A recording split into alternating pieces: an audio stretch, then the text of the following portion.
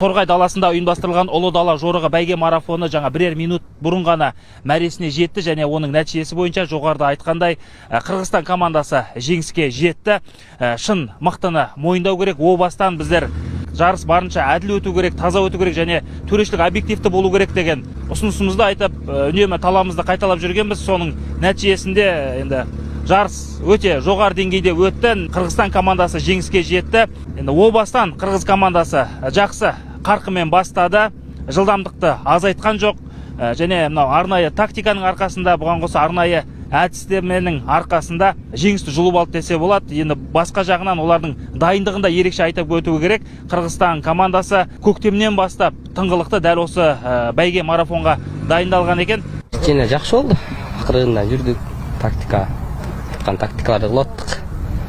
Соның арқасында болды ғой деймін. Жазында келгенде екінші болып қалғанбыз. Ниет қылып келген, сұтағыз деп.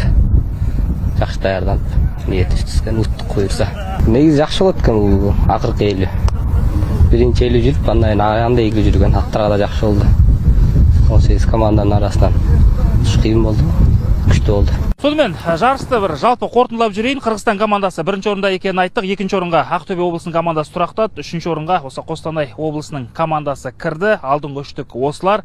Бұған қоса жалпы 18 команда жарысты бастаса, соның 5-еуі ғана мәресі жетті. Жоғарыдағы 3 командадан бөлек Ұлытау облысының командасы және Қостанай облысының екінші командалары 3 атпен осы 500 шақырымды бағындырды және оларда енді Ұлы дала жорығы бәйге марафон сәтті аяқтады десе болады. Жаңа ғана біз тұрған алаңда марапаттау рәсімі өтті. Бас аяғы 100 миллион теңге демеушілер тарапынан жүлде қоры болған еді. Соны осы командаларға таратып берді және алдағы жылдарда Ұлы дала жорығы бәйге марафоны осы қарқында жалғасатындығы анық.